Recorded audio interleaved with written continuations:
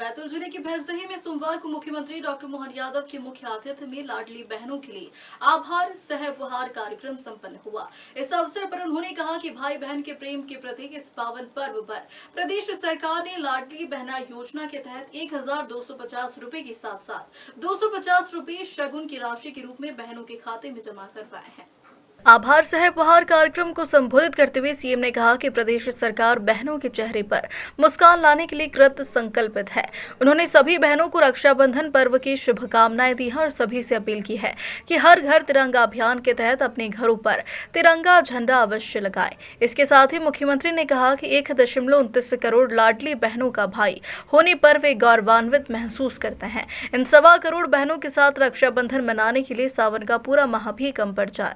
इस अवसर पर मुख्यमंत्री ने भैंसदही महाविद्यालय का नामकरण स्वतंत्रता संग्राम सेनानी स्वर्गीय गंजन सिंह कोरकू और मेड़ा जलाशय का नाम स्वतंत्रता संग्राम सेनानी राम भाव कोरकू के नाम पर करने की घोषणा की है। वहीं भैंसदही में आदिवासी संस्कृति अध्ययन शाला प्रारंभ करने के साथ ही भीमपुर को 100 बिस्तर का सिविल अस्पताल देने की घोषणा भी की। इस दौरान केंद्रीय राज्य मंत्री डीडीवी के क्षेत्रीय विधायक महेंद्र सिंह चौहान, मुल्ताई विधायक चंद्रशेखर देशमुख, बैतूल विधायक हेमंत खंडेलवाल, आमला विधायक डॉक्टर योगेश पंडांगरी और जिला पंचायत अध्यक्ष राजा पवार सहित अन्य जनप्रतिनिधि मौजूद रहे। मुख्यमंत्री माननीय यादव जी, हम सभी बहनों के ओर से माननीय मुख्यमंत्री जी को और विधानसभा के समस्त हमारे भाई बहनों से बहुत बहुत अभिनंदन और स्वागत करता हूँ। और माननीय मुख्यमंत्री जी हमारे विधानसभा में पहली बार पहुंचे, जैसा कि आप सबको पता है कि 2 दिन बाद 15 अगस्त, उसके बाद रक्षाबंधन, उसके बाद जन्माष्टमी, तो सभी त्योहारों की हम क्षेत्रवासियों की ओर से माननीय मुख्यमंत्री जी को ढेर सारी शुभकामनाएं और ढेर सारी बधाई। माननीय मुख्यमंत्री जी, आज यहाँ हमारी जो बहनें बैठी है रक्षाबंधन के उपलक्ष्य में, जैसा कि आपने अभी 10 तारीख को जो 250 रुपए अधिक हमारी बहनों के खाते में जो लाडली बहना उनके खाते में डाला।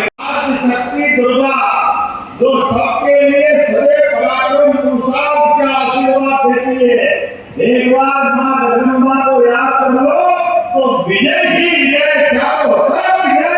ये हमारी संस्कृति दुनिया में एकमात्र देश भारत है जो माता बहनों के लिए इतना सम्मान के साथ देखता और कोई ऐसा नहीं। अरे तो हमारे तो देवी देवताओं को भी याद करो तो सीताराम, पहले हमारी सीता माता याद आई, बाद में भगवान राम याद आई, राधा कृष्ण, फिर राधा जी याद आई, फिर भगवान कृष्ण आए। इतनी उदार सनातन संस्कृति के लिए अभिनंदन करते हैं, हम सब एक दूसरे का स्वागत करते हैं। इसलिए हमारे तीज त्योहार, हमारे पर्व धर्म में हमको अपनी जड़ों की तरफ बुलाते हैं। हमारी जड़ भी इतनी गहरी है कि दुनिया के कई देश, बड़े बड़े महाशक्तिशाली देश आए और गए। इसलिए एक बार ने कहा है, कुछ बात है कि हस्ती मिट्टी नहीं है हमारी। यूनान, मिस्र, रोम बहुत बड़े बड़े देश थे, लेकिन इस आदमी में उनके पते ही चले वो कहाँ गए।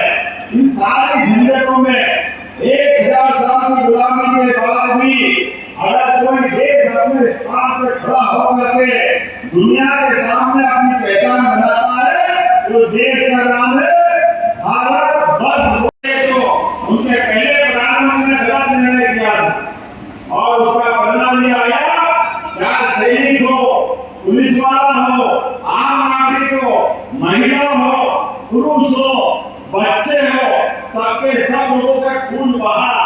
लेकिन दुर्भाग्य से कांग्रेस और के लोगों की परवाह नहीं की। एक बार नेता नरेंद्र मोदी, मैं ये बात इसलिए कह रहा हूँ कि 15 अगस्त का 78वां हमारा अपना स्वतंत्रता दिवस मनाएंगे तो देश की आजादी के समय की परिस्थिति को भी याद करना पड़ेगा। और हम ये भी याद करेंगे, ये नेता है जिनने अपने बलबूते पर घंटे की चोट 370 को उठा के भाग दिया और देश को इस झंडे से भाग दिया।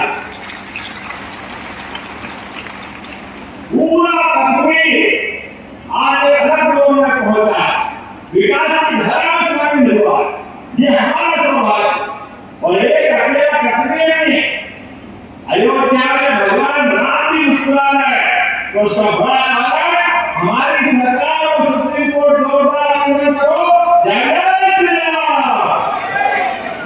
वनवासियों के बीच में, आदिवासियों के बीच में अगर कोई देवता बुलाते तो एक ही देवता भगवान राम, कोई प्रतिमा रखी हो और प्रतिमा पे कपड़ा ढाक दे, पहचान में नहीं आने दे, लेकिन पास में केवल तीर और धनुष रख दे, तो अपने आप कोई भी बता देगा कि भगवान राम की प्रतिमा है, तो किसी से पूछने की जरूरत नहीं। ऐसे हमारे वनवासियों के भी, आदिवासियों के भी पूजे जाने वाले भगवान राम, उनका मंदिर बनाने का, झंडे लटकाने का काम सुप्रीम कोर्ट की मदद से अगर किसी ने किया है तो यशस्वी प्रधानमंत्री श्रीमान नरेंद्र मोदी जी ने किया है, हमें इल्जाम लगा।